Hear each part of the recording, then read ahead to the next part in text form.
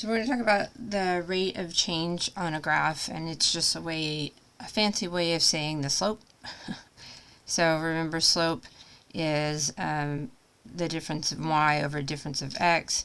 Remember, f of x equals y, so these are really y's. So it boils down to y2 minus my y1 over x2 minus x1. All right, so let's do one from a table.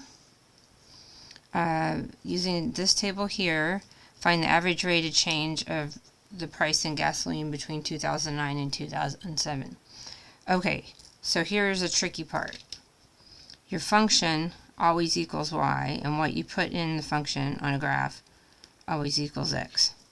So that was really not very nice of them to do that, but we're going to treat the function as y. So in 2007, the price was $2.84, and in 2009, the price was $2.41. So delta y over delta x, or the change, delta means the change in, is y2 minus y1 over x2 minus x1. So I have 241 minus 284. Remember, this is all in dollars. Sorry, and so we'll have to have a dollar sign. 2009 minus 2007. And I get negative 43 cents. Remember, these are 2 years. And so when I put that in my calculator, I get negative 22 cents per year. Remember, per means divide, so, but this is typically how we see it when we write it out. All right, so we can also do this with functions. Given the function g of t, show the figure shown in figure 1 here, find the average rate of change on the interval -1 to -2. So the interval, they're talking about x values. So when I have our x or t, and this t and x are the same. So I have g of -1, come over here and hits at 4,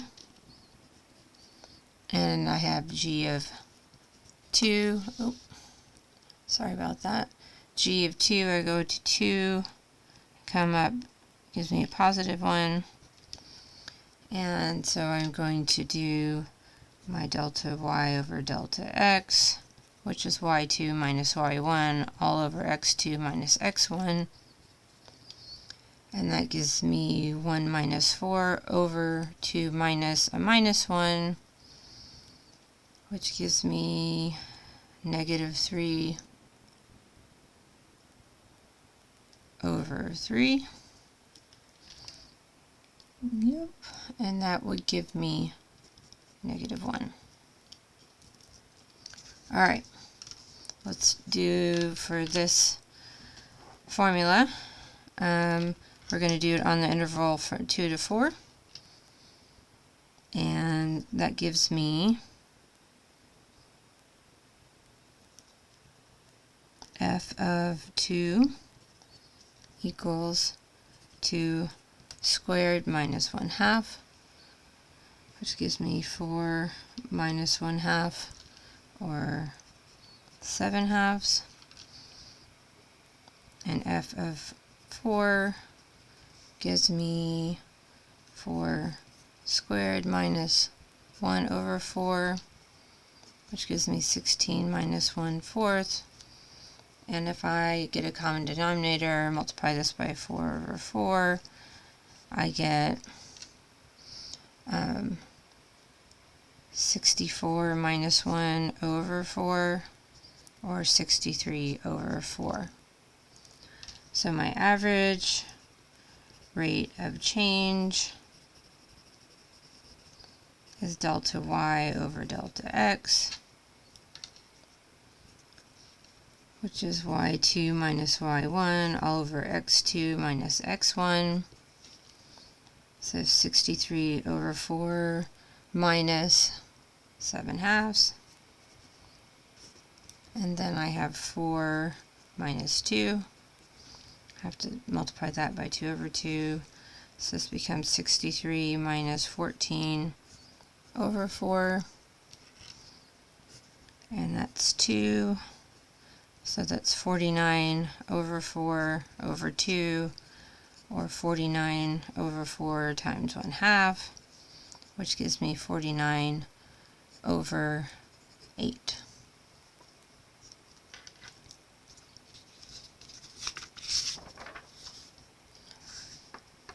So we want to know where functions are increasing, decreasing, or constant. So if their values are going up in the y's, they're increasing. If they go down, they're decreasing. And if up here it is increasing. Okay, so this function, which is this equation is right here, is increasing from negative infinity to -2. And unioned with, because it starts increasing here again from 2 to infinity, and it's decreasing from -2 to 2.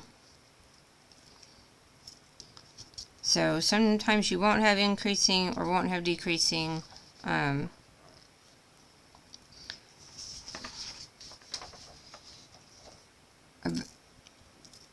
value of the input where a function changes from increasing to decreasing as we go from left to right is the location of a local maximum. The function at that point, the function value at that point is the local maximum. If a function has more than one, we say local maxima. Similarly, a value of input where a function changes from decreasing to increasing, we call that a local minimum. If there's more than one, we call that a local minima. Together, local maxima and minima are called local extrema, or local extreme values of the function. Sometimes local is replaced by the term relative. I actually learned it as relative, but we can use either one. Clearly, a function is neither increasing nor decreasing on an interval where it's constant. Function is also neither increasing or decreasing at the extrema. They're kind of held in suspended animation. Note that we have to speak of local extrema because any given local extrema as defined here is not necessarily the highest maxima or lowest maximum or lowest minimum of the function's entire domain. For the function whose graph is shown above, the local maximum is at 16, and it occurs at -2, and the local maximums here occurs at -2, and this is the local minimum. And here's a nice little picture here that I left in here so you can see.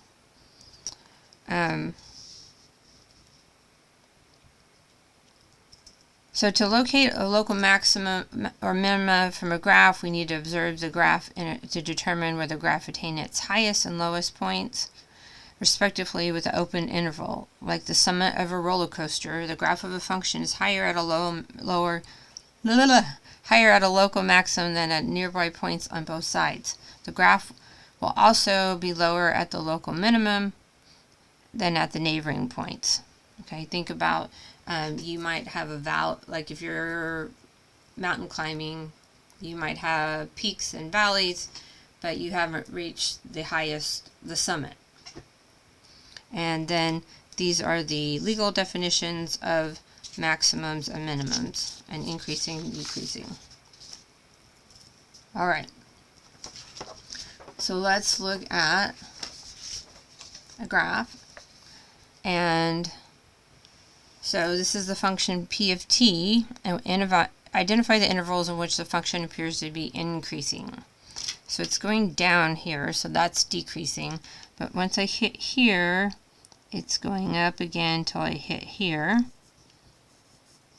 So I know from 1 to 3, it's increasing, and then it's decreasing, but then here at 4 again, it's increasing, and it keeps on forever increasing. So I would say 1 to 3 unioned with 4 to infinity. All right, this one is this other example. They want me to estimate the local extrema and determine the intervals in which the function is increasing, and that really just makes me uncomfortable. I decided to put it in Desmos, the actual graph, and it's a little hard for you to see, but I clicked on the highest point and then hit label, and the lowest point and hit label, and what it gave me was this is negative 2.44949, negative 1.63299, or not negative, these are positives.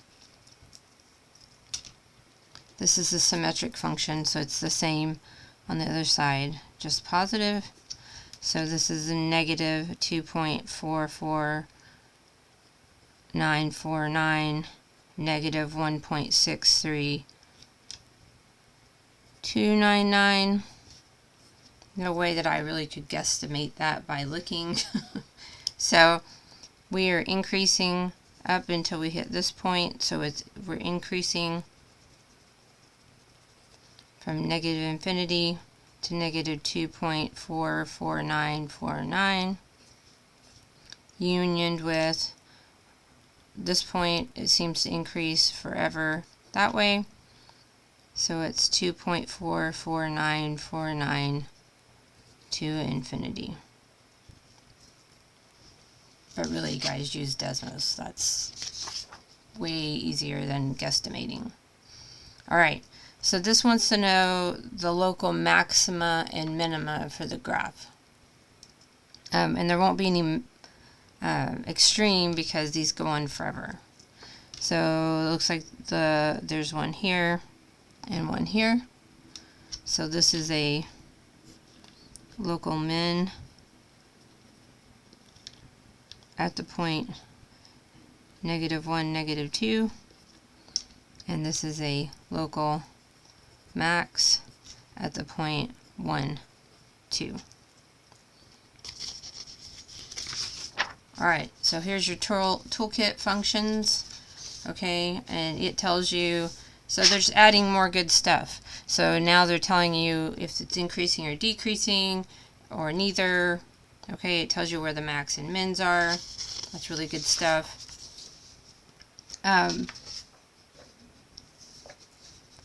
So here is a graph, and it is truncated. So it is, it doesn't go off forever. So now it has an absolute maximum and absolute minimum. So the absolute maximum, the highest it goes, is the point 2, 2. And the absolute minimum isn't this endpoint because it goes down lower than that. So it is the point 0, negative 2.